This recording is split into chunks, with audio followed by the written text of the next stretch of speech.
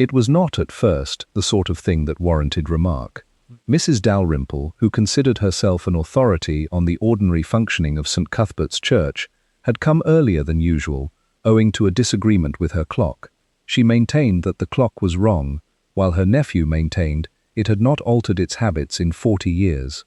The dispute, having reached no conclusion, had resulted in her arriving with her basket of altar linens at 7:15. The church, as expected, was still and faintly cold, the morning light not yet committed to any particular window. Mrs. Dalrymple let herself in with the familiarity of one who had never once considered the possibility of being refused entry. She paused, as she always did, to observe whether anything had altered in her absence. It was then that she noticed the vestry door. It was not open. That would have been immediately alarming. Nor was it properly closed. It rested instead in that ambiguous position which suggested recent use, drawn to, but not persuaded into its frame. Mrs. Dalrymple stood quite still. One could, of course, imagine any number of innocent explanations. The vicar, though orderly in most respects, had been known to leave matters incomplete when called away. The verger occasionally forgot small things when preoccupied with larger ones. And yet there was something in the angle of the door, a mild impropriety, that resisted such explanations. She approached it with a degree of firmness. "Really," she said, though no one had addressed her. The door yielded at once. Inside, the vestry appeared much as it always did, a room arranged according to habits that had ceased to be questioned. Vestments hung where they ought, the small table stood in its accustomed place, and the narrow window admitted a cautious light. Mrs. Dalrymple set down her basket. It was not disorder that troubled her, but a subtle dislocation of expectation. The air felt recently disturbed, though there was no sign of disturbance. A chair was not quite where it might have been. A drawer stood a fraction open. She moved closer to the table. The key lay there. It was the vestry key, unmistakable in its plainness. It had been left in the lock, turned, and then withdrawn, and placed, if one could call it that, on the table without apparent intention. Mrs. Dalrymple regarded it with disapproval. There were, she felt, only two kinds of people who left keys in such a manner: those who did not understand their importance, and those who understood it too well and chose to disregard it. She did not at once summon assistance. Instead, she performed a small and private inventory, moving about the room with quiet precision. The silver candlesticks were present. The alms box was closed. The cupboard, which contained items of occasional significance, remained locked. Nothing was missing. This, in its way, was more troubling. By the time the vicar arrived, Mrs. Dalrymple had restored the key to a position she deemed respectable, and had seated herself in a chair that implied patience rather than concern. "Good morning," said the vicar, removing his gloves. "You are early." "I am punctual," said Mrs. Dalrymple. "The vestry is not." He paused.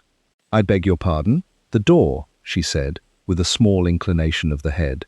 It had not been properly shut, and the key was left in a manner I should describe as conversational. The vicar, who had never before encountered a conversational key, considered this. "I was here yesterday afternoon," he said. "I locked everything before I left. I am quite certain of it." "Yes," said Mrs. Dalrymple, "that is precisely the difficulty." They examined the room together, though the vicar did so with a more general attention. He opened cupboards, glanced at shelves, and, finding everything as it ought to be, seemed inclined toward relief. "Well," he said at last, "nothing appears to have been taken." "No," said Mrs. Dalrymple, "something has been done." This distinction did not immediately assist him. "Done?" he repeated. "The room has been used," she said, "but not for anything one would wish to account for." The vicar, who preferred matters to be either clearly troubling or entirely dismissible, found this intermediate category unsatisfactory. "Perhaps the verger, Mr. Hales, locks the vestry with a degree of ceremony," said Mrs. Dalrymple. "He would not abandon the key like an afterthought." Mr. Hales himself arrived shortly thereafter, carrying a length of rope and an expression that suggested he had already been inconvenienced by the morning. He listened to the account with a careful neutrality. "I locked up at 5:30, he said. "Same as always." Checked the windows too. Nothing out of place then. And this morning? Asked the vicar. I've only just come, said Mr. Hales. Straight in by the side door. Haven't been near the vestry till now. He examined the lock with a practical eye. No sign of forcing, he said.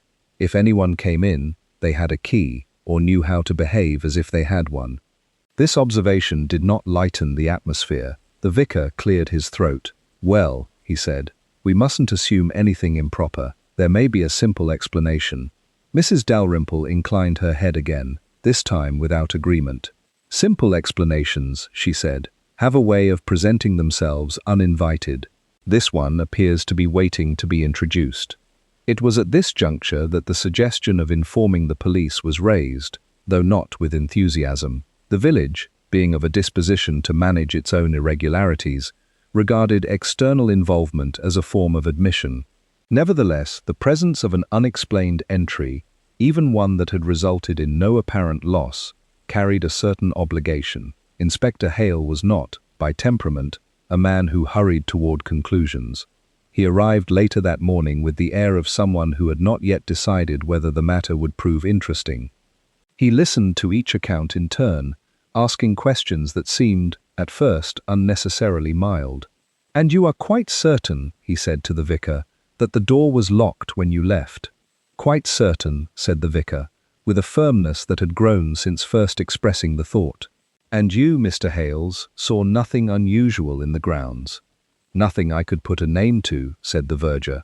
Inspector Hale nodded. "And you, Mrs. Dalrymple," he said, "notice the position of the door immediately." "I notice what is presented to me," she replied. He allowed this to stand. The vestry did not offer itself readily to inspection. It was a room that kept its arrangements close, revealing nothing without encouragement. Inspector Hale moved through it slowly, touching very little, observing rather than interfering. At the table, he paused. "The key," he said. "You found it here?" "Yes," said Mrs. Dalrymple, as though it had concluded a conversation with the lock and had nothing further to say. Inspector Hale's expression suggested a private amusement. "Keys," he said, "are not usually so articulate, but they can be instructive." He did not elaborate. Instead, he turned to the small window, then to the chair that was not quite in place, and finally back to the door itself.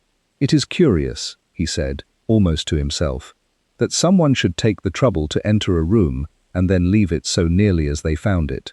"Carelessness," said the vicar. "Or consideration," said Mrs. Dalrymple. Inspector Hale glanced at her. "Those are not always opposites," he said. The matter, at that stage, remained precisely what it had been at the beginning. A room that had been entered, a key that had been left, and a collection of people who found themselves, for reasons not yet clear, slightly altered by the knowledge of it.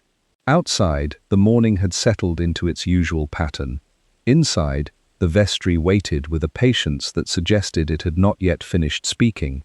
Choir practice that evening began, as it always did, with a degree of optimism that no one entirely believed in. Miss Everleigh, who conducted with a precision that bordered on moral instruction, stood at the front with her tuning fork and a determined expression. The choir assembled itself in the pews nearest the organ, arranging music sheets, exchanging small remarks, and observing one another with the habitual curiosity of those who met regularly but trusted sparingly. The matter of the vestry had already circulated, though not in any official form. It had passed, rather, through the quieter channels of suggestion and inference, acquiring slight variations with each telling. "I dare say it was nothing," said Mrs. Cartwright, settling her shawl. "These things so often are." "Nothing rarely requires explanation," murmured Mr. Linton, who sang bass and regarded uncertainty as a personal affront. Miss Everleigh struck the fork. "If you please," she said, as though the note might restore proportion to the room. They began. The first hymn progressed with tolerable unity, though a faint distraction lingered at the edges. Eyes drifted, not toward the music, but toward the small door beyond the organ, the vestry entrance, now closed with what might have been described as excessive care. During a pause, Miss Everleigh lowered her hands. "We shall take that again," she said, "with attention." "Attention," repeated Mrs. Cartwright softly, though whether to herself or others was not clear. From the back, young Peter Hales, who had been permitted to turn pages for the organist, shifted with a restlessness that suggested he possessed information of a kind not entirely suitable for his position. "I heard someone say," he began, before being silenced by a look from his father. "Not now," said Mr. Hales, without raising his voice. Miss Everleigh resumed. The second attempt improved in accuracy, but not in spirit. There was, beneath the music, an undercurrent of observation. Each voice seemed aware not only of itself but of the others, as though harmony required a degree of trust that had been temporarily misplaced. When they stopped again, it was Mr. Linton who spoke. "Has it been determined," he said, "whether anything was actually taken?" Miss Everleigh regarded him. "This is not the moment," she said. "It may be precisely the moment," he replied. "If one is to sing, one prefers to know whether the room has been interfered with." "The room has not been interfered with," said Mrs. Cartwright. "It has merely been visited." There was a brief silence. "Visited," repeated Mr. Linton, "in the night. It is not a dramatic distinction," she said. "Only a social one." Miss Everleigh lifted her hands again, though with less conviction. "From the top," she said. They did not begin. Instead, the organist, Mr. Penbury, cleared his throat. "I noticed something," he said, in a tone that suggested reluctance rather than importance.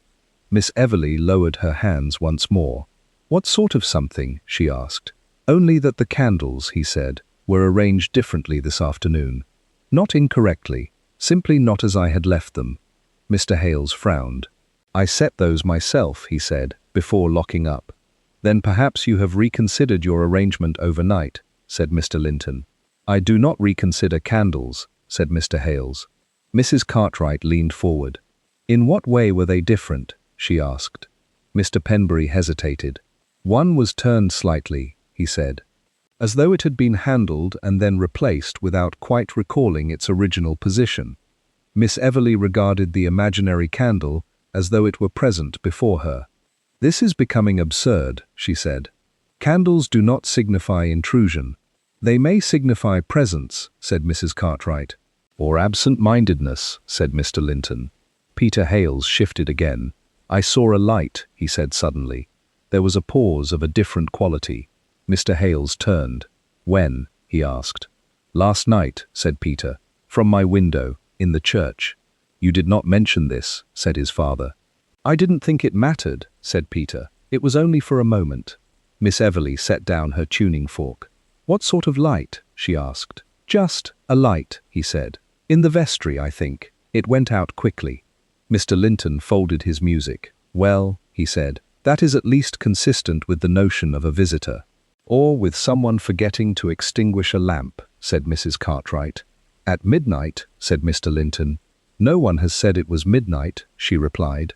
Inspector Hale, who had entered without announcement and now stood quietly near the door, spoke for the first time. "What time was it?" he asked. Peter turned, startled. "Late," he said. "After I'd gone to bed. I couldn't sleep." Inspector Hale nodded.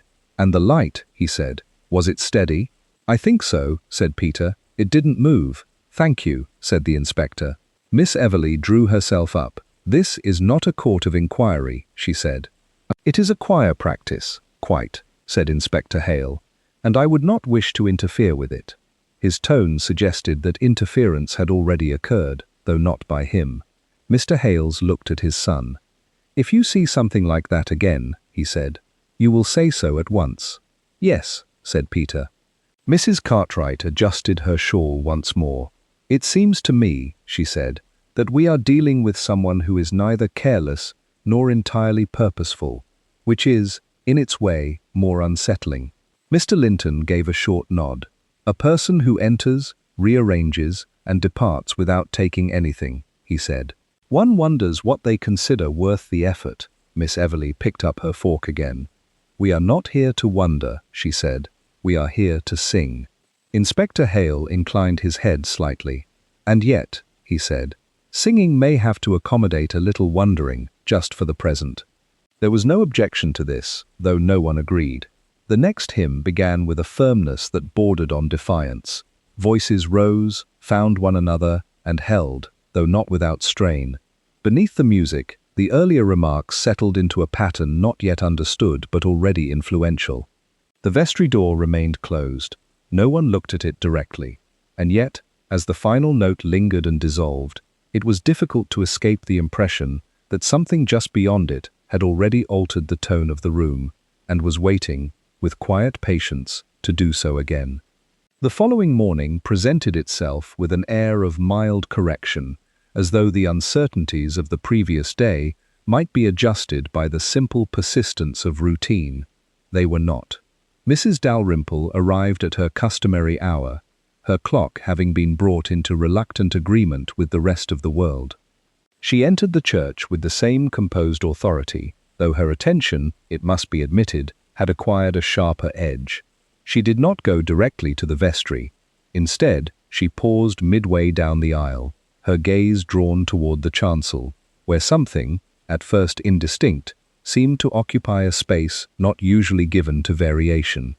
It was the flowers. St. Cuthbert's was not a church inclined toward elaborate decoration. Its arrangements were modest, consistent, and generally under the supervision of Mrs. Cartwright, who approached such matters with a principle of careful sufficiency. Flowers appeared when appropriate, and in forms that suggested continuity rather than invention. The arrangement now standing near the lectern did not conform to that principle. Mrs. Dalrymple approached it slowly. It was not excessive, nor was it in any obvious way improper. The flowers themselves were of a kind commonly found in village gardens: white narcissus, a few early tulips, and a scattering of greenery that had been placed with quiet deliberation. Yet there was something in the arrangement that resisted easy classification. It had not been done by Mrs. Cartwright. This conclusion presented itself at once, not from any flaw in the composition, but from a difference of intention. Mrs. Cartwright arranged flowers as one completed a task. This arrangement suggested something more reflective, as though it had been assembled with attention to what might be observed, rather than what was required. Mrs. Dalrymple stood for a moment considering. Then she turned, quite deliberately, toward the vestry. The door was closed. This time, it appeared entirely correct in its position. There was no ambiguity, no suggestion of recent use. It might have remained so for any number of hours without attracting notice. She opened it. The room within was unchanged, or rather, unchanged in the way that had begun to seem characteristic. Nothing was out of place, and yet the impression of recent presence persisted, as though the room retained an awareness of having been occupied. The key was not on the table. Mrs. Dalrymple allowed herself a small pause. She moved to the door and examined the lock. The key was there, properly inserted, turned, and left as one would expect at the beginning of the day. This was, in its way, more disconcerting than the previous arrangement. She returned to the main body of the church just as Mr. Hales entered by the side door, carrying a bundle of cloths and a practical expression that suggested he had resolved to regard the situation as manageable. "You're early again," he said. "I am consistent," she replied. "The church is experimenting." He followed her gaze to the flowers. "Those weren't there yesterday," he said. "No," said Mrs. Dalrymple, "they were not." Mr. Hales approached the arrangement with a cautious interest. "Mrs. Cartwright," he suggested. "She has not yet arrived," said Mrs. Dalrymple. "And even if she had, she would not have arranged tulips in that manner." Mr. Hales considered the tulips, which did not appear to him to possess any particular manner at all. "They're only flowers," he said. "Nothing is only anything," said Mrs. Dalrymple, "particularly when it appears without explanation." He gave a small shrug. "Someone may have thought the place needed brightening," he said, "after yesterday." "Then they possess a confidence that exceeds their position," she replied. Mrs. Cartwright arrived shortly thereafter, her expression composed but not without curiosity. She removed her gloves with care, placed them in her handbag, and turned at once toward the chancel. The flowers arrested her progress. For a moment, she said nothing. Then, "Well," she remarked, in a tone that suggested both recognition and disapproval, "that is unexpected." "You did not arrange them?" asked Mr. Hales. Mrs. Cartwright gave him a look that might have been described as instructive. "I arrange flowers with purpose," she said. "This has purpose, but not mine." She stepped closer, examining the stems, the spacing, the slight inclination of the narcissus. "It is not careless," she added. "Which is, I think, the difficulty." Mrs. Dalrymple inclined her head. "We are accumulating instances of care," she said, "applied in ways that do not invite acknowledgement." Mrs. Cartwright straightened. "Who has been in the church this morning?" she asked. "No one," said Mr. Hales. "Not before me, and I came straight in." "And yesterday evening," she said. "There was choir practice," he replied. "You were there." "I mean after," she said. He hesitated. "No one that I know of," he said. Mrs. Cartwright turned slightly, her gaze moving toward the vestry door.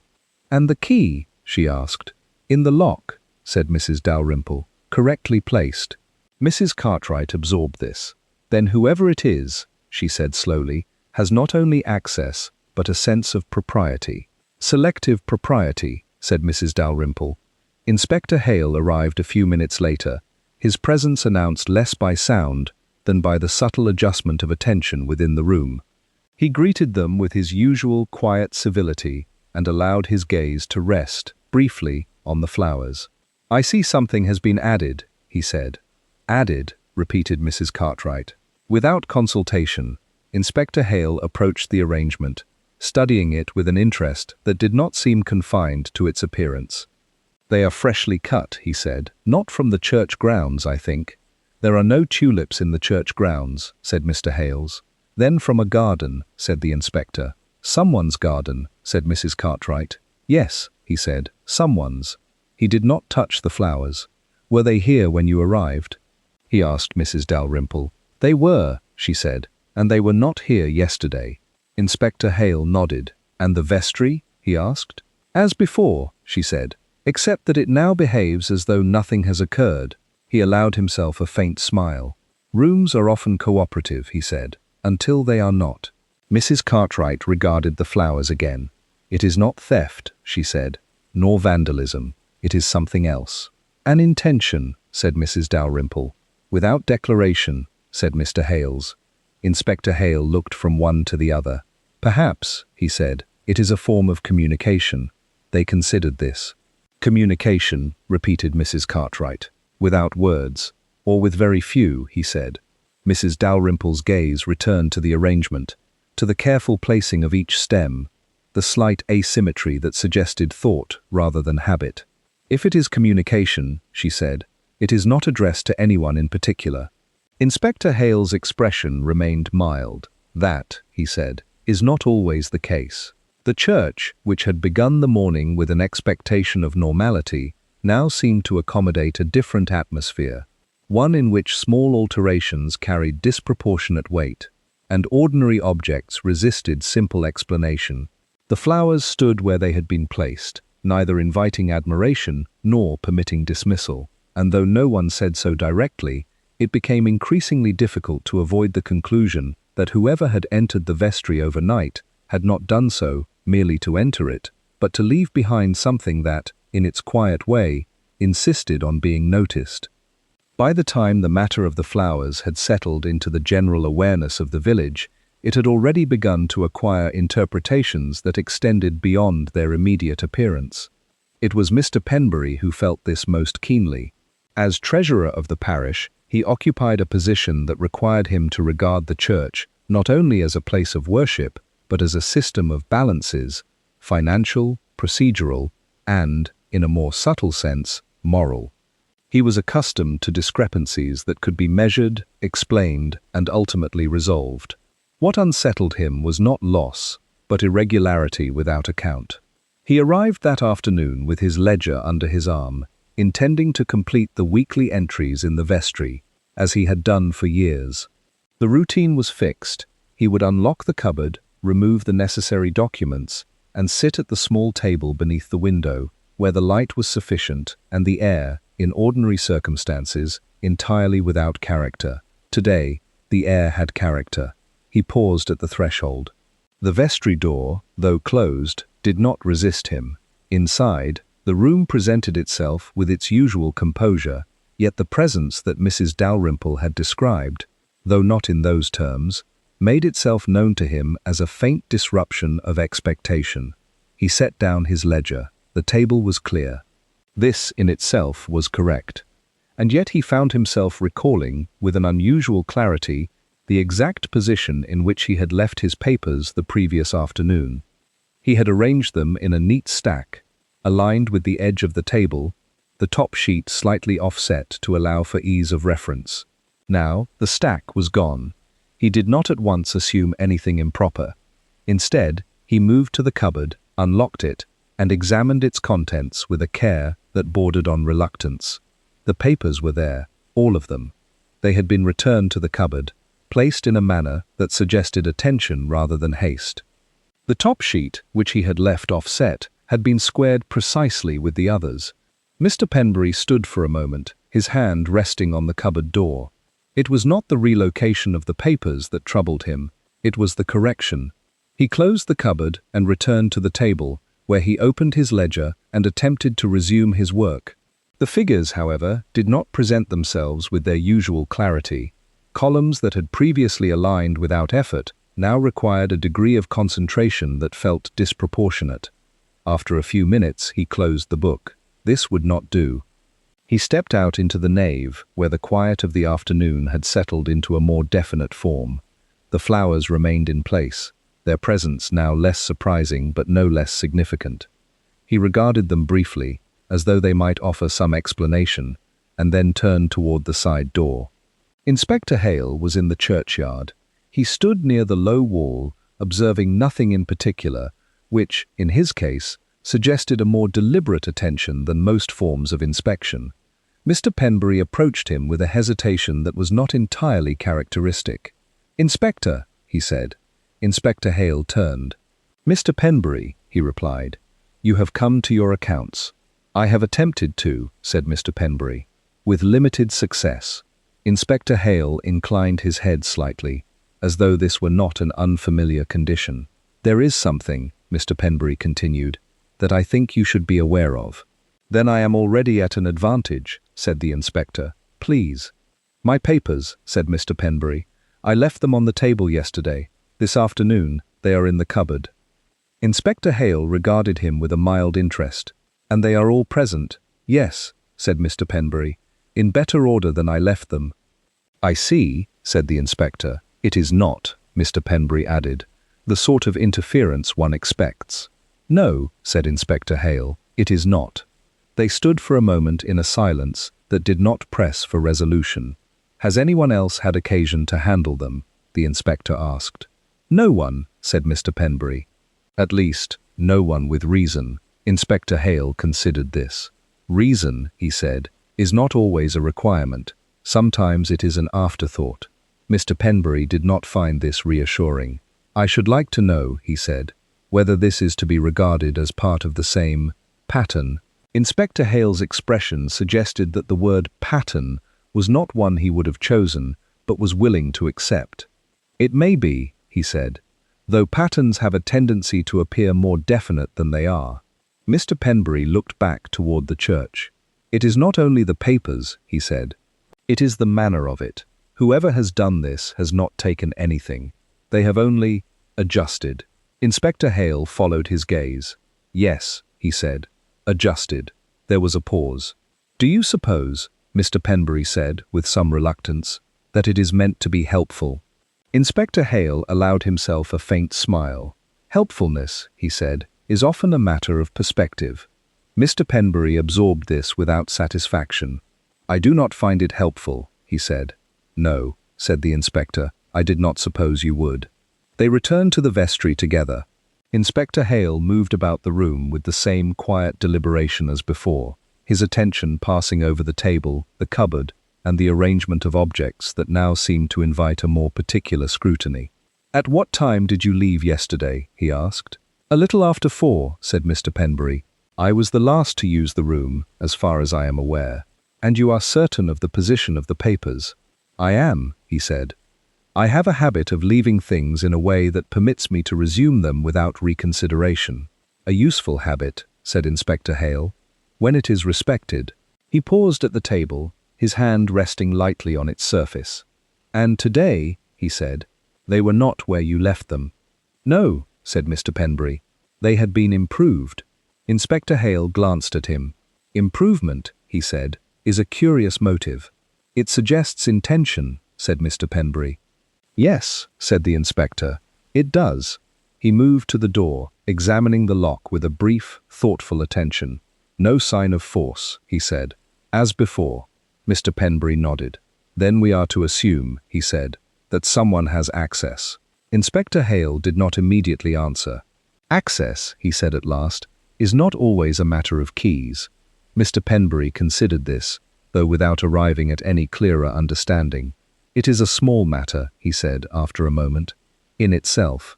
Inspector Hale looked at him. "Yes," he said, "in itself." Mr. Penbury closed his ledger. "I should prefer," he said, "that small matters remain small." Inspector Hale inclined his head. "That," he said, "is often the preference." They left the vestry as they had found it, orderly, composed, and now carrying, beneath its surface, a series of adjustments that did not yet amount to explanation. As Mr. Penbury made his way back across the churchyard, he found that his unease had not diminished. It had, instead, taken on a more definite shape, one that resisted calculation and therefore resisted comfort. Behind him, the vestry remained closed, and within it the sense of a presence that did not belong to any one person, but had nevertheless acted with purpose, continued to assert itself in ways that were increasingly difficult to regard as incidental. The candles, having been mentioned once, did not return quietly to obscurity. It was Mr. Hales who first gave them renewed attention, though not by intention. Late that afternoon he entered the church with the practical aim of preparing for the following day's service, carrying with him a small box of replacements and the habitual certainty that candles, unlike people, behaved predictably when handled correctly. He approached the chancel with steady purpose. At a glance, nothing appeared amiss. The candlesticks stood where they ought, the wax untroubled, the arrangement consistent with his own method, which allowed for neither variation nor interpretation. He set down his box and began the simple process of checking each one. It was when he reached the third candle on the left that he paused. There was nothing visibly wrong with it. The wick was intact, the length appropriate, the base secure, and yet, as he held it between his fingers, he experienced a mild but persistent conviction that it had not been placed by him. He turned it slightly. The inclination was minimal, so slight as to escape ordinary notice, but it resisted the alignment he had previously established. He adjusted it, then stepped back, regarding the row with a careful eye. Now, the fourth candle appeared out of place. Mr. Hales frowned. This was not a difficulty he encountered in his usual work. Candles, once set, remained so unless disturbed. They did not rearrange themselves, nor did they invite reconsideration, and yet here, in this quiet and otherwise compliant setting, they seemed to have acquired a degree of independence. He moved along the row, adjusting each candle in turn, seeking to restore the precise order he knew to be correct. The result, however, was not satisfaction, but a growing sense that he was correcting something that had been altered with intention. "Have they been touched?" The question, spoken aloud, found no immediate answer. Mrs. Cartwright, who had entered the church a few moments earlier and now stood at a respectful distance, approached with measured interest. "What is it?" she asked. "The candles," said Mr. Hales. "They've been moved." She looked at them. "They appear quite proper," she said. "They are not as I left them," he replied. Mrs. Cartwright considered this, her gaze passing from one candle to the next, with a scrutiny that suggested she was not merely observing, but comparing. "In what way?" she asked. "They're adjusted," he said, with some reluctance. "Not wrongly, just not mine." She inclined her head slightly. "That is becoming a familiar description," she said. Mr. Hales stepped back. "I do not adjust candles without reason," he said, "and I do not forget how I have set them." "No," said Mrs. Cartwright, "you do not." They stood together in a silence that was not entirely comfortable. "It is possible," she said at last, that someone else has undertaken the task. Without being asked, he said. Without announcing it, she replied. Mr. Hales gave a small, dissatisfied movement. That is not how things are done, he said. No, said Mrs. Cartwright, it is not. Inspector Hale arrived shortly thereafter, his presence, as before, altering the atmosphere without disturbing it. He greeted them with quiet civility and allowed his attention to settle on the candles, which now seemed to invite examination. I understand, he said, that these have become a matter of interest. Mr. Hales gestured toward them.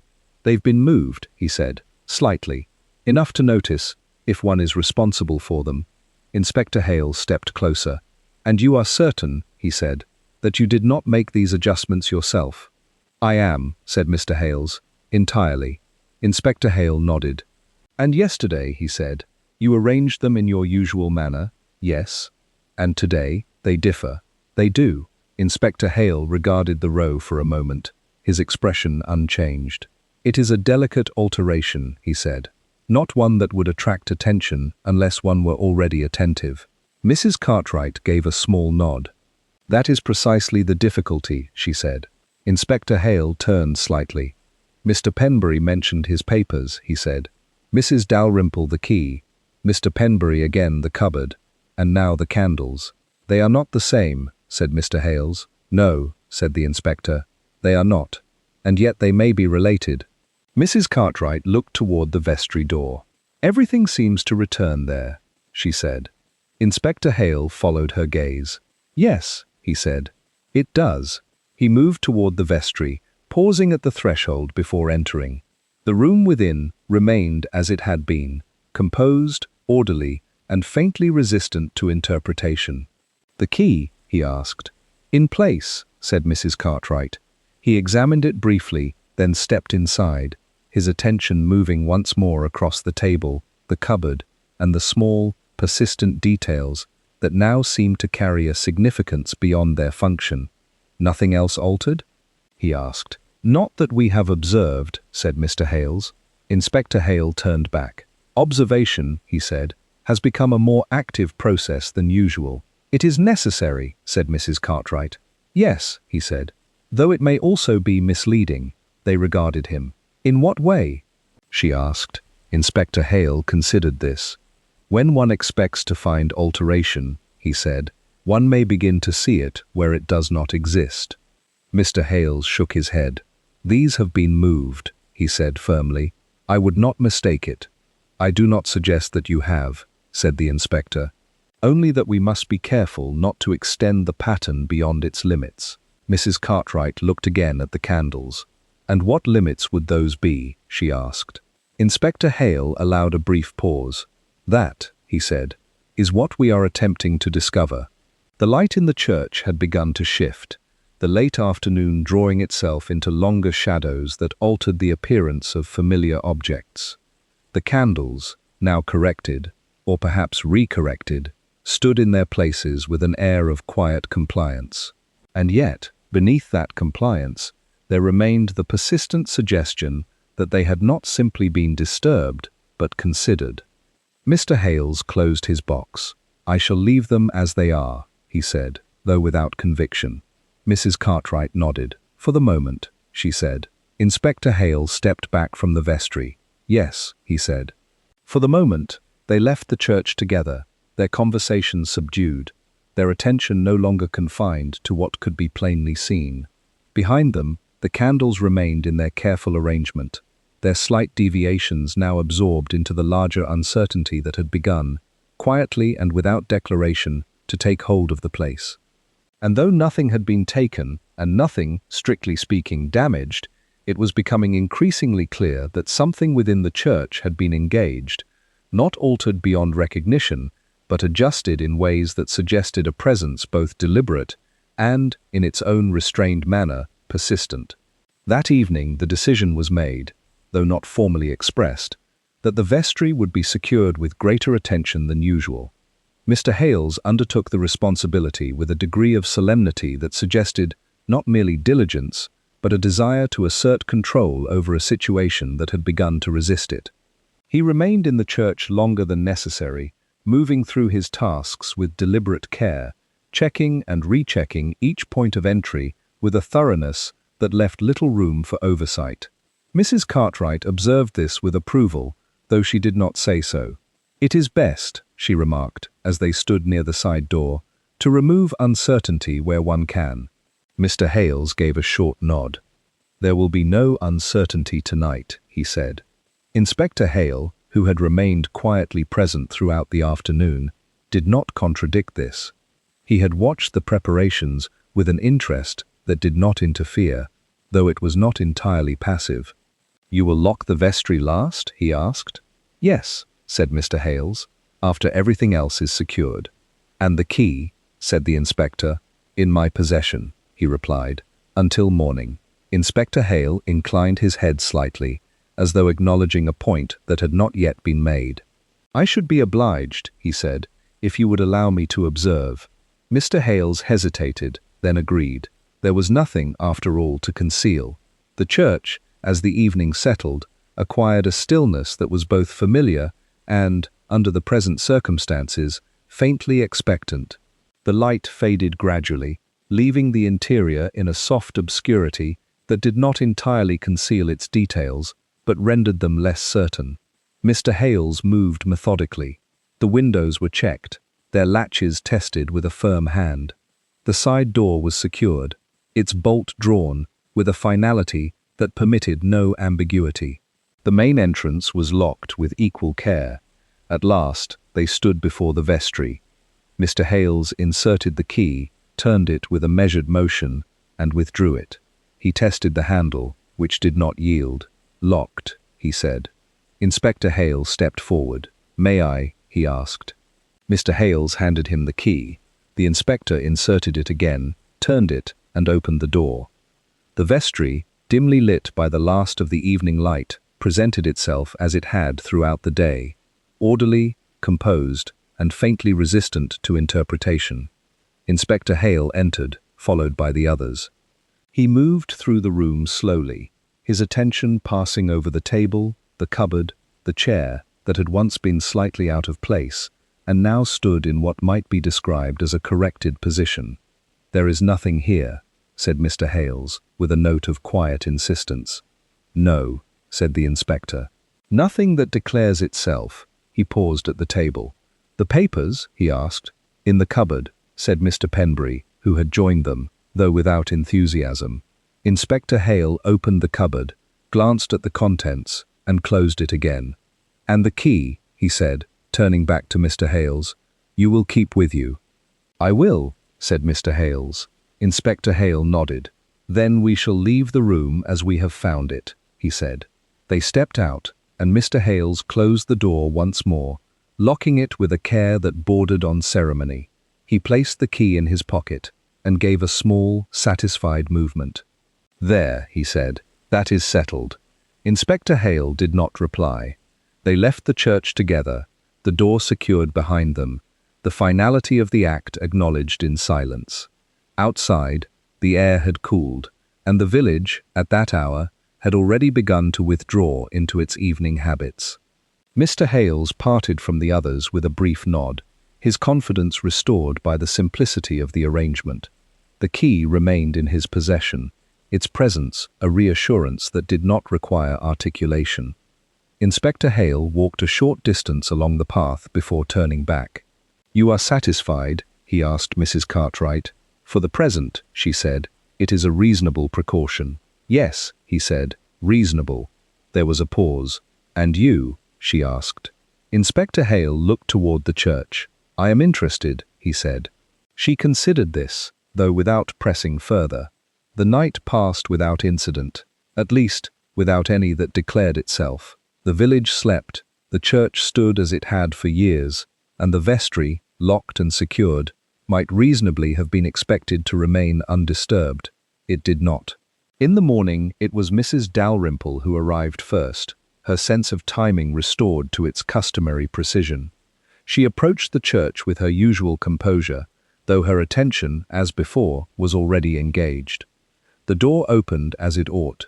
Inside, the air was still, the light tentative. She did not pause in the aisle. Instead, she moved directly toward the vestry, her steps measured, her expression composed. The door was closed. This, in itself, was correct. She reached for the handle and turned it. It yielded. Mrs. Dalrymple stood quite still. The door opened without resistance, revealing the vestry beyond in its familiar arrangement. Nothing appeared disturbed. The table stood as it had, the cupboard remained closed, the chair in its place. And yet the door, which had been locked the previous evening, now stood open to her without the use of a key. She did not enter at once. Instead, she examined the lock. There was no sign of damage. The mechanism appeared intact, the keyhole unmarked. It was, in every visible respect, as it had been when Mr. Hales had secured it. Mr. Hales himself arrived moments later, his expression untroubled until he saw her standing there. "You're early," he began, then stopped. "The door," said Mrs. Dalrymple. He stepped forward. "I locked it," he said. "Yes," she replied, "you did." He reached into his pocket, producing the key with a movement that was both swift and defensive. "I have it," he said. "So I observe," she said. He inserted the key into the lock. It turned. He withdrew it and tried the handle again.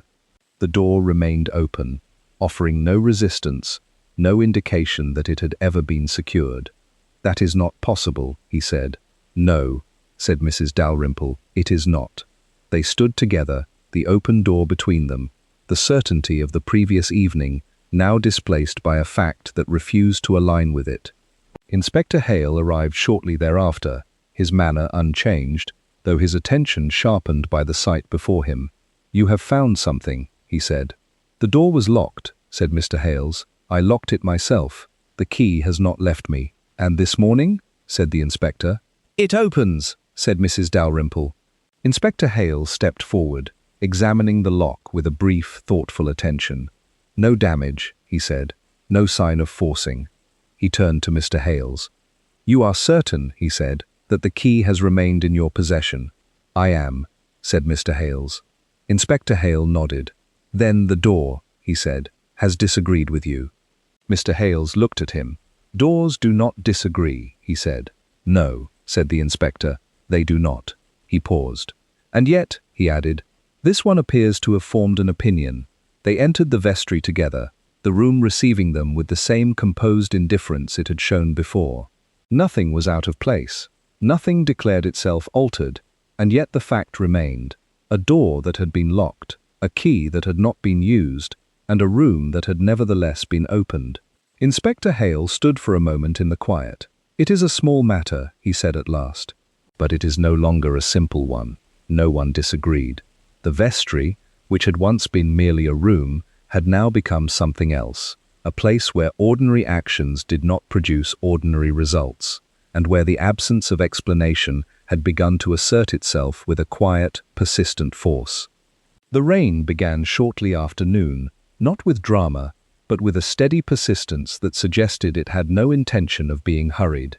By early afternoon, the churchyard paths had darkened, the air thickened, and the windows of St. Cuthbert's took on that muted opacity which rendered the interior faintly removed from the world outside. It was, in many respects, an ordinary rain, and yet, under the present circumstances, even ordinary conditions had acquired a tendency toward implication. Mr. Penbury arrived with his ledger once more, his expression carrying the quiet resolve of a man determined to reassert control over his domain. The events of the previous day, and, more particularly, the disagreement of the vestry door, had unsettled him in ways he found difficult to articulate. Accounts, after all, depended upon certainty, and certainty, of late, had proved elusive. He entered the church with care, closing the door behind him against the rain. Inside, the air held a faint dampness, not unusual for the season, though perhaps more noticeable for the attention now paid to such details. The flowers remained in place, their arrangement unchanged, their presence no longer surprising, but still not entirely absorbed into the ordinary life of the room. Mr. Penbury paused only briefly before making his way to the vestry.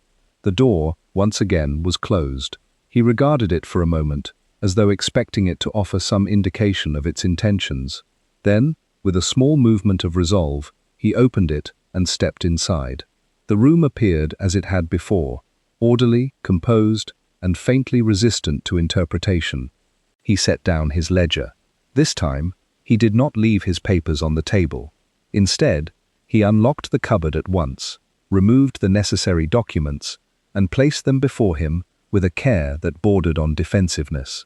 The ledger he kept close, its presence a reassurance of continuity in a setting that had begun to resist it. He began to work.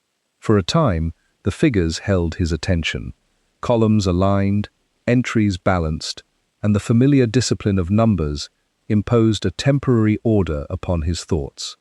The rain, falling steadily against the window, provided a background that was at once constant and unobtrusive. It was only after some minutes that he became aware of a change. At first, it was no more than a slight alteration in the quality of the light. The window, which admitted a soft grey illumination, seemed to darken, as though the rain had thickened or the clouds had drawn closer. This, in itself, was not remarkable. What followed was a faint sound, irregular but distinct, reached him from somewhere within the room. It was not the steady patter of rain against glass, but something more intermittent, more local. He looked up. For a moment, he saw nothing. Then, on the surface of the table, near the edge of his papers, a small, dark spot appeared. It spread. Mr. Penbury stared at it. Another drop followed, landing a short distance away, then another. Each one marked the surface with a quiet insistence, forming a pattern that was neither random nor easily explained. He rose at once. The window was closed. He checked it, running his hand along the frame, testing the latch. It held firm. There was no sign of water entering from that direction. He looked upward. The ceiling, though not recently inspected, gave no immediate indication of fault. There was no visible crack, no stain that might suggest a leak. And yet the drops continued, falling at irregular intervals onto the table below. His papers. He moved quickly, gathering them up, though not without a certain care. The top sheets had already been marked, the ink beginning to blur at the edges where the water had touched it. "This will not do," he said, though no one had addressed him. He stepped back, holding the papers away from the table, his attention divided between their preservation and the source of the disturbance. The drops ceased. As abruptly as they had begun, they stopped. Mr. Penbury remained standing, the papers in his hands, the table before him marked by a series of darkened spots that suggested a brief but definite intrusion. He waited. Nothing further occurred. After a moment, he placed the papers carefully on a dry portion of the table and examined the surface more closely. The drops had left no residue beyond the water itself. There was no discoloration, no trace of anything but moisture. He looked again at the ceiling. It remained unremarkable. Inspector Hale, who had arrived during this interval and now stood quietly in the doorway, observed the scene with a composed interest. "You have encountered something," he said. Mr. Penbury turned. "There was water," he said, "from above, onto the table." Inspector Hale stepped inside. "And now?" he asked. "It has stopped," said Mr. Penbury. The inspector approached the table, examining the marks left by the drops. "May I?" he said, indicating the papers. Mr. Penbury handed them over. Inspector Hale studied the blurred ink, the slight distortion of the lines, and then returned them. "It has affected your entries," he said. "Yes," said Mr. Penbury, "in a manner that cannot be accounted for." Inspector Hale glanced upward. "No visible source," he said. "None," said Mr. Penbury. Inspector Hale moved to the window, checking it as Mr. Penbury had done, then to the door, which remained closed. "And no one else has entered?" he asked. "No one," said Mr. Penbury. "I have been here alone." Inspector Hale nodded. "Alone," he repeated, as though considering the word. There was a brief silence. "It is not," said Mr. Penbury, "a natural occurrence." Inspector Hale's expression remained mild. "Nature," he said, "is not always obliged to explain itself in convenient ways." "This is not nature," said Mr. Penbury. "This is interference. Inspector Hale did not immediately reply. He returned his attention to the table, tracing with his eyes the pattern left by the drops, their distribution, their spacing, the brief interval in which they had appeared and then ceased. "It is a small event," he said at last, "but not an insignificant one." Mr. Penbury gave a short, dissatisfied movement. "It has damaged the records," he said. "Yes," said the inspector, "though not, I think, beyond recovery." He paused. "And it has occurred in a manner that does not align with the ordinary functioning of the room." Mr. Penbury looked at him. "That is precisely the difficulty," he said. Inspector Hale inclined his head slightly. "Yes," he said, "it is." The rain outside continued, steady and unremarkable, as though indifferent to the disturbance it had, in some indirect and unexplained way, produced within. Inside, the vestry returned to its composed silence. The table, now marked by the brief intrusion of water, bore no further sign of activity. The ceiling remained intact, the window secure, the door closed. And yet the fact persisted that in a room already subject to quiet adjustments and unexplained entries, even the elements themselves now seemed to participate in a pattern that had not yet declared its purpose. Mr. Penbury gathered his papers with renewed care. "I shall copy these," he said, "before anything further occurs." Inspector Hale nodded. "A prudent course," he said. They stood for a moment longer, the rain providing its steady accompaniment, the vestry holding its silence. Then, without further remark, they left the room together, the door closing behind them with a finality that, under the circumstances, no longer carried the reassurance it once had. The rain persisted into the following morning, though with less determination, as if it had accomplished what it intended and now lingered out of habit rather than purpose. Within the church, the effects of the previous day had not entirely receded. Mr. Penbury's damaged records had been carefully set aside, their blurred entries awaiting the quiet labor of reconstruction. The vestry, though unchanged in its appearance, carried an increased weight of attention, as though each object within it might, under sufficient scrutiny, offer some further deviation. It was Mr. Hales who, for the first time, appeared to consider the matter not merely as a series of incidents, but as something requiring explanation. He arrived earlier than usual, his manner less settled than it had been on previous mornings. There was a deliberateness to his movements that suggested he had come not only to perform his duties, but to address them. Mrs. Dalrymple, already present, observed this without comment. "You are punctual," she said. "I am earlier than necessary," he replied. "That is often the case when one has something to say," she remarked. Mr. Hales did not immediately answer. Instead, he moved toward the vestry, opened the door, and stood for a moment within, as though confirming that the room remained as it had been left. "It does not alter in the way one expects," he said at last. "No," said Mrs. Dalrymple, "it does not." He turned back. "I have been considering," he said, "whether there is a simpler explanation." Mrs. Dalrymple inclined her head slightly. "Simple explanations," she said, "have been in short supply." "Not entirely," he replied, "only overlooked." She regarded him with a quiet interest. "Then perhaps you will supply one," she said. Mr. Hales drew a breath. "There is another key," he said. The statement, though delivered without emphasis, altered the atmosphere of the room. Mrs. Dalrymple did not speak at once. "A second key," she said finally, "to the vestry." "Yes," said Mr. Hales. "There has always been one. It is not commonly used." "And where is it kept?" she asked. "In the parish office," he said, "in a drawer. It is not regularly accounted for." Mrs. Dalrymple considered this. "Not regularly," she repeated. "It has not been necessary," he said, "until now." She nodded slowly. "And you believe," she said, "that someone has made use of it." "It would explain the door," he said. "The absence of forcing, the entry at night." "It would," she agreed, "though it does not account for the manner in which the key we have observed has behaved." Mr. Hales shifted slightly. "No," he said, "but it accounts for access."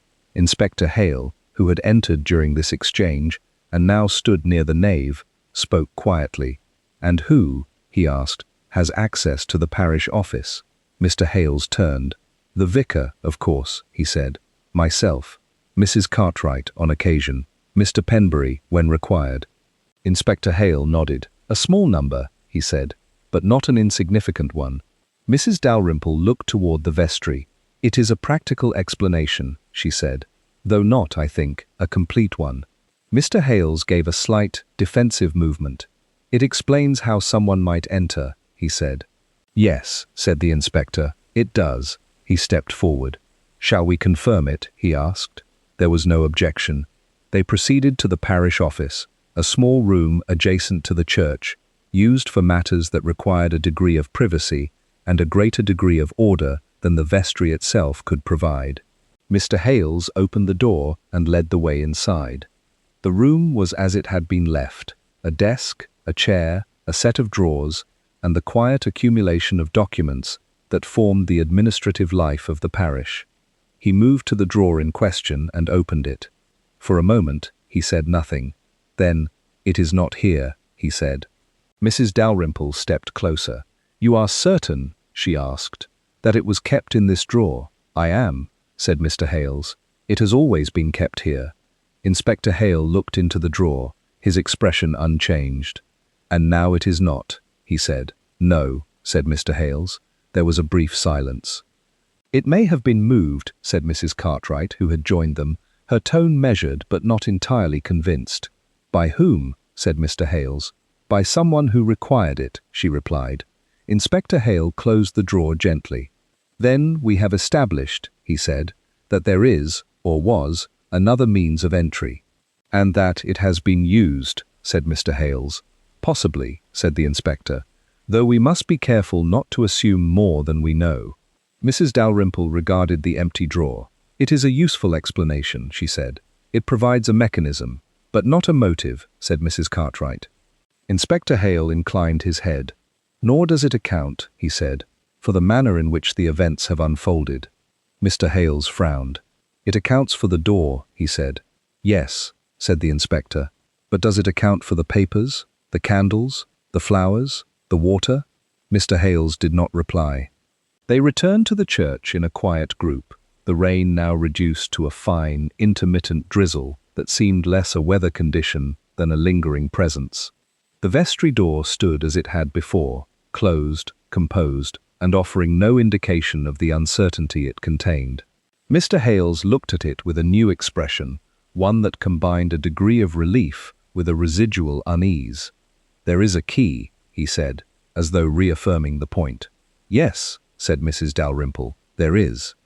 Inspector Hale regarded the door.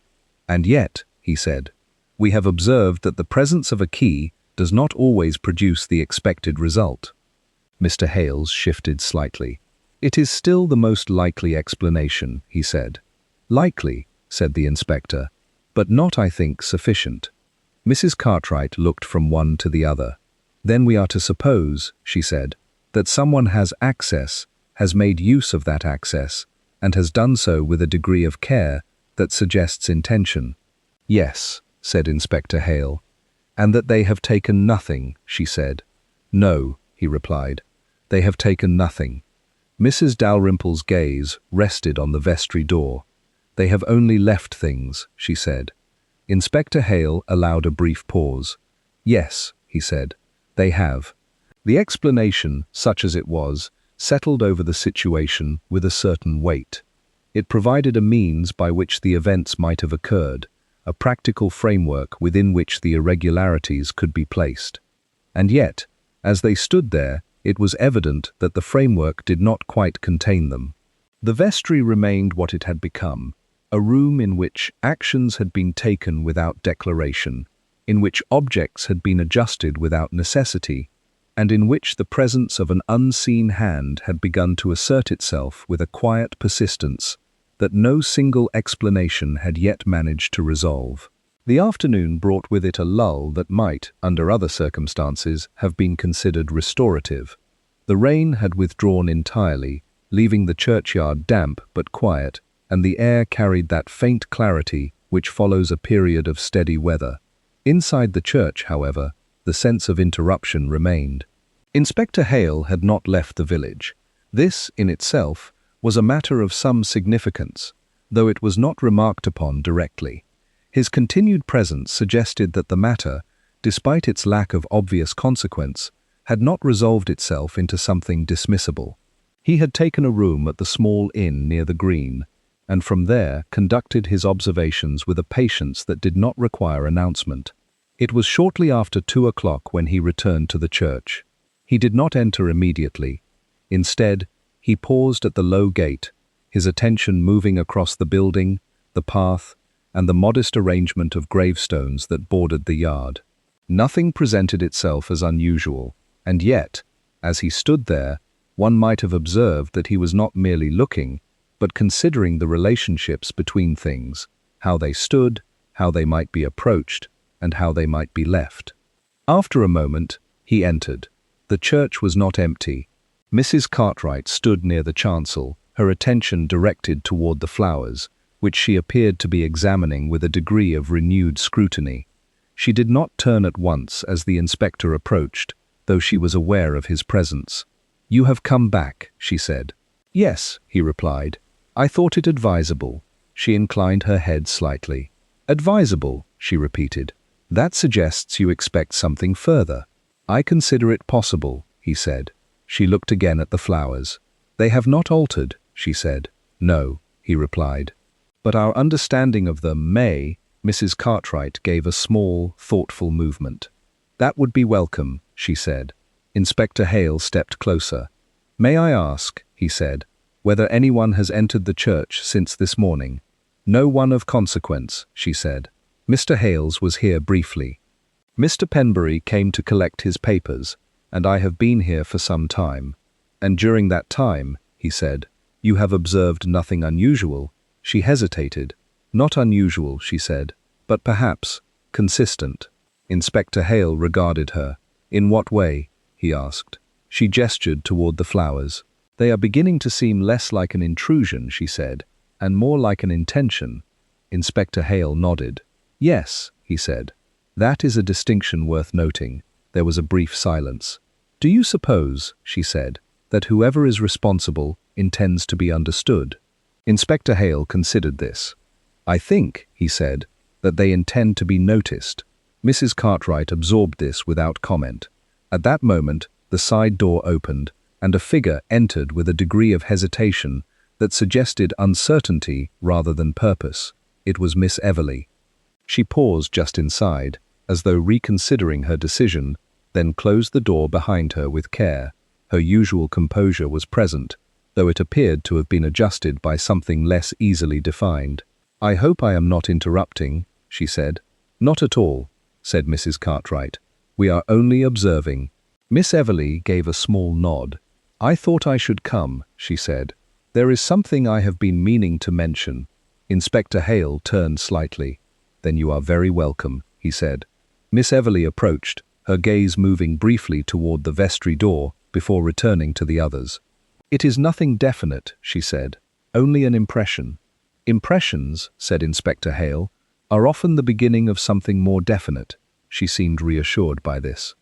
"During choir practice," she said, "the other evening, I noticed that the vestry door was not entirely closed." Mrs. Cartwright glanced at her. "That has been established," she said. "Yes," said Miss Everly, "but it was not only that. I recall thinking that someone had been there shortly before we arrived. There was a sense of it." Inspector Hale regarded her with quiet attention. "A sense," he said. "Of what kind?" She hesitated. "Not disorder," she said. "Quite the opposite. It was as though the room had been attended to." Mrs. Cartwright gave a small nod. "That is consistent," she said. Miss Everly looked slightly relieved. "I did not mention it at the time," she said. "It seemed too slight. But now—" She allowed the thought to remain unfinished. Inspector Hale inclined his head. "And since then," he said, "have you observed anything else?" Miss Everly considered this. "Only that the candles," she said, "appeared more evenly placed than usual. I assumed Mr. Hales had taken particular care." Mr. Hales, who had entered quietly and now stood near the door, spoke. "I had not," he said. Miss Everly turned, surprised. "Then someone has," she said. There was a brief silence. Inspector Hale looked from one to the other. "It would seem," he said, "that our visitor is not only attentive, but consistent in that attention." Mrs. Cartwright folded her hands. "Consistent," she said, "and selective." Inspector Hale nodded. "Yes," he said, "selective." He moved slowly toward the vestry door. "May I?" he asked. No one objected. He opened the door and stepped inside, the others remaining where they were. For a moment he stood quite still, his attention moving across the room with a deliberation that suggested not inspection, but recollection. Then he turned back. "There is nothing new," he said. "And yet," said Mrs. Cartwright, "everything remains." "Yes," he replied, "everything remains." Miss Everly looked toward the door. "Do you suppose," she said, "that whoever it is will return?" Inspector Hale considered this. "I think," he said, "that they have not entirely left." The remark did not alarm, but it did not reassure. Mr. Hales shifted slightly. "If they have a key," he said, "they may come and go as they please." Inspector Hale looked at him. "Yes," he said, "if they have a key." There was a pause. "And if they do not?" asked Mrs. Cartwright. Inspector Hale allowed a faint, almost private smile. "Then we must consider," he said, "what it is they do have." The church, in that quiet afternoon, seemed to hold the question without pressing for an answer. Outside, the light had begun to soften, the dampness of the earlier rain giving way to a more settled calm. Inside, the vestry door remained open, the room beyond composed and unyielding, and though no new alteration had declared itself, the sense persisted that the pattern, whatever its nature, had not yet completed its course. The afternoon, having settled into a quiet that suggested completion, did not at once give way to resolution. Instead, it extended itself into a series of small continuations, movements, remarks, and observations that, taken individually, appeared inconsequential, but collectively began to form something more definite. Inspector Hale did not leave the vestry door open. After a moment's consideration, he closed it gently, not with the intention of securing it, but as though restoring a condition that allowed the room to be regarded without interruption. The others remained where they were, their attention divided between the inspector and the various objects that had, over the past days, acquired a significance beyond their ordinary function. "It is curious," said Mrs. Cartwright, "that nothing has been taken." Inspector Hale inclined his head slightly. "Yes," he said, "that has been observed. And yet," she continued, "things have been altered, adjusted, improved, in some cases." "Improvement," said Mr. Hales, "is not always welcome." "No," she agreed, "particularly when it is unsolicited." Miss Everly, who had remained near the chancel, spoke with a degree of hesitation. "Do you suppose," she said, "that whoever has done this believes they are being helpful?" Inspector Hale did not answer at once. Instead, he moved slowly toward the table, his hand resting lightly on its surface, as though reacquainting himself with a conversation that had been ongoing in his absence. "It is possible," he said at last, "though help, when it is not requested, often takes on a different character." Mr. Penbury, who had rejoined them, and now stood with his ledger held rather more firmly than necessary, gave a small, restrained movement. "My papers were not improved," he said. "They were interfered with." Inspector Hale glanced at him. "Yes," he said, "and yet they were returned to the cupboard, in better order." "That is not the point," said Mr. Penbury. "No," said the inspector, "but it may be part of it." There was a brief silence. Mrs. Dalrymple, who had said little during the previous exchange, now spoke. "It seems to me," she said, "that we are dealing with someone who has a very particular idea of how things ought to be." Inspector Hale turned slightly toward her. "Yes," he said. "That would account for a number of the observations." Mr. Hales frowned. "And yet," he said, "they do not simply arrange things and leave them. They enter at night, they use the vestry, they interfere with locks." Inspector Hale regarded him with a mild interest. "Do they interfere with locks?" he asked. Mr. Hales hesitated. "The door was locked," he said, "and then it was not." "Yes," said the inspector, "that is what we have been told." Mr. Hales gave a short nod. "I know how to lock a door," he said. "I have no doubt of it," said Inspector Hale. He allowed a pause. "And yet," he continued, "we must consider whether the door has, in fact, behaved as we have assumed." Mrs. Cartwright looked at him. "You suggest," she said, "that it may not have been locked at all." Inspector Hale's expression remained unchanged. "I suggest," he said, "that we have accepted a sequence of events that has not been independently confirmed." Mr. Hales shifted. "I locked it," he said. "Yes," said the inspector. "You believe you did?" There was a slight tightening in the air. "I did," said Mr. Hales. Inspector Hale inclined his head.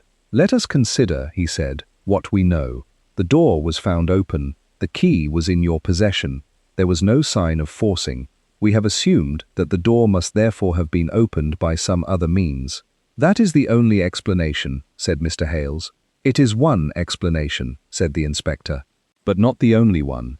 Mrs. Dalrymple's gaze remained steady. "What alternative do you propose?" she asked. Inspector Hale looked at the vestry door. "That the door was not, in fact, secured in the way we believe," he said. Mr. Hales gave a small, dismissive movement. "I tested it," he said.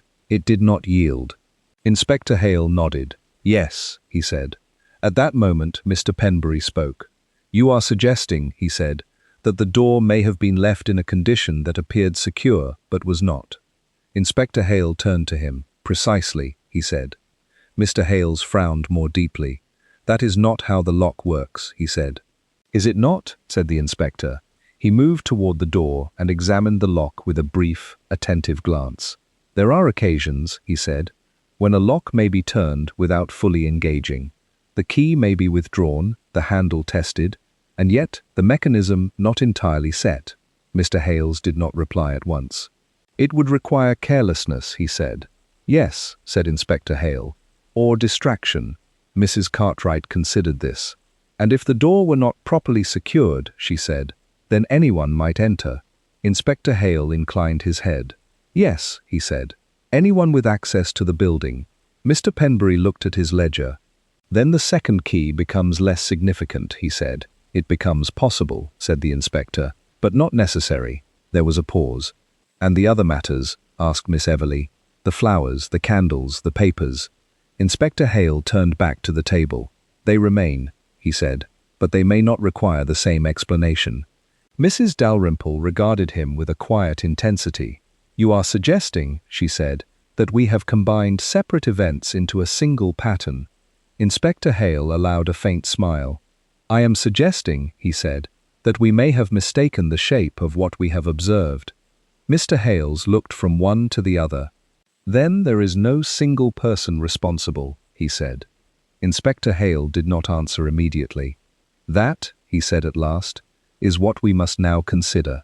The church, which had held the accumulation of incidents with a quiet persistence, now seemed to shift slightly, as though the arrangement of those incidents had been altered."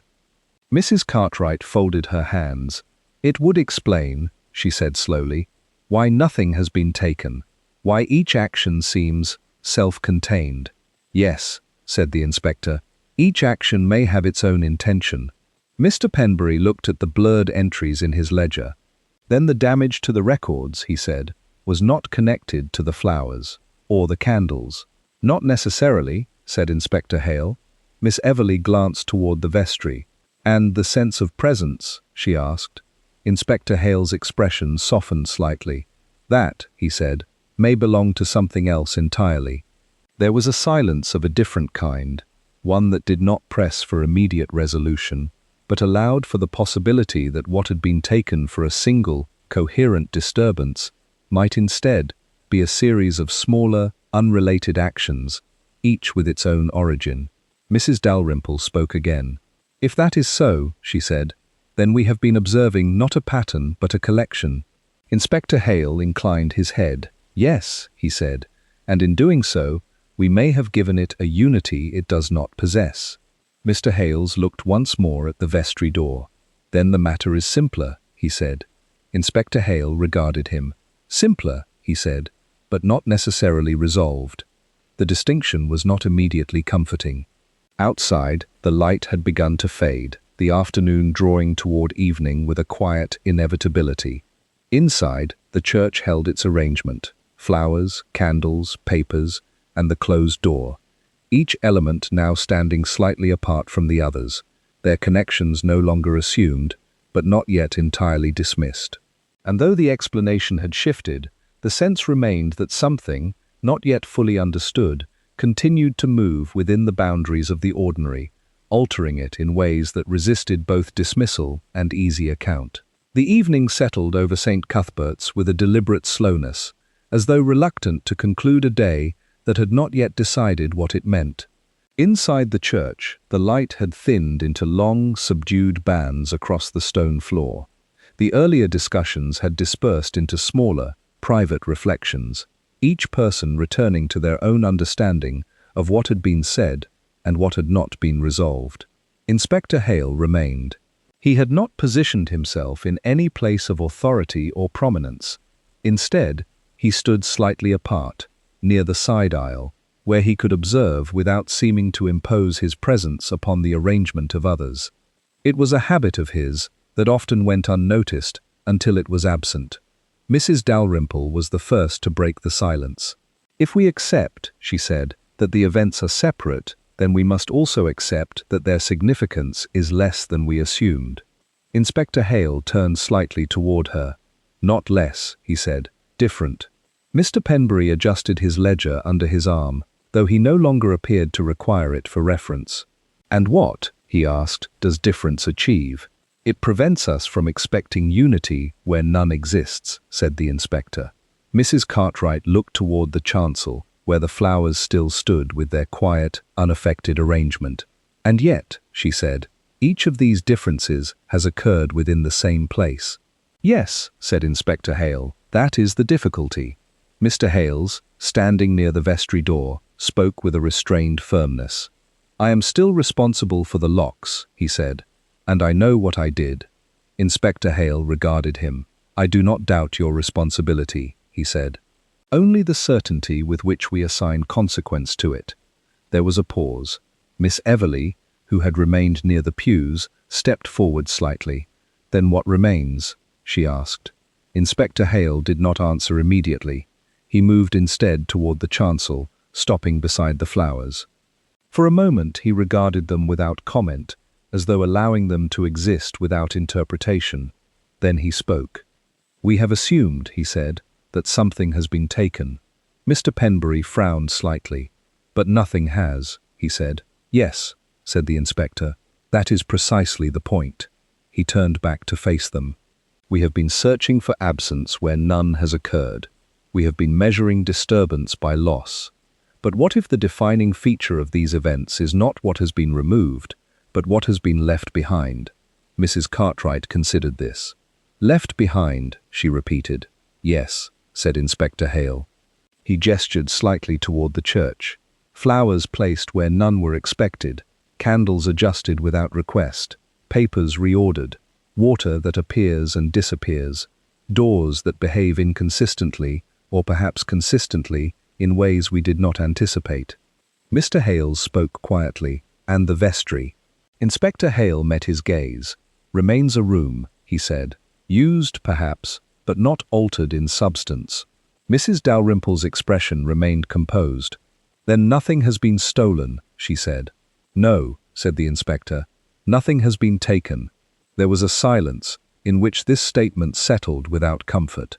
Miss Everleigh spoke again, more softly this time. "Then why does it feel," she said, "as though something has changed?" Inspector Hale regarded her with a measured attention.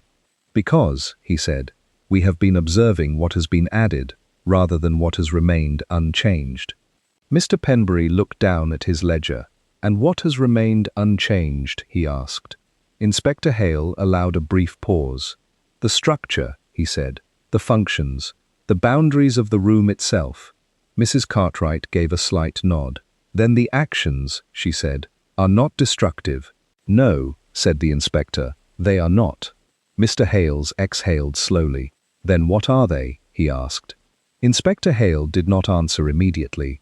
Instead, he walked a short distance toward the vestry door and placed his hand lightly upon it. "That," he said, is the question that remains. He opened the door.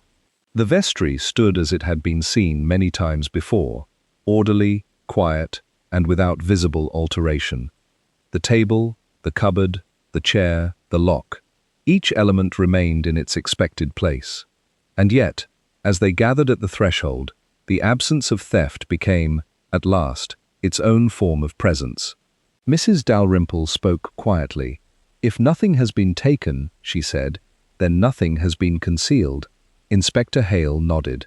"Precisely," he said. Mr. Penbury looked into the room. "Then what was the purpose?" he asked. Inspector Hale's expression remained calm. "To be noticed," he said. Mrs. Cartwright gave a slight movement of her head. "And now that it has been," she said, "what follows?" Inspector Hale did not immediately reply.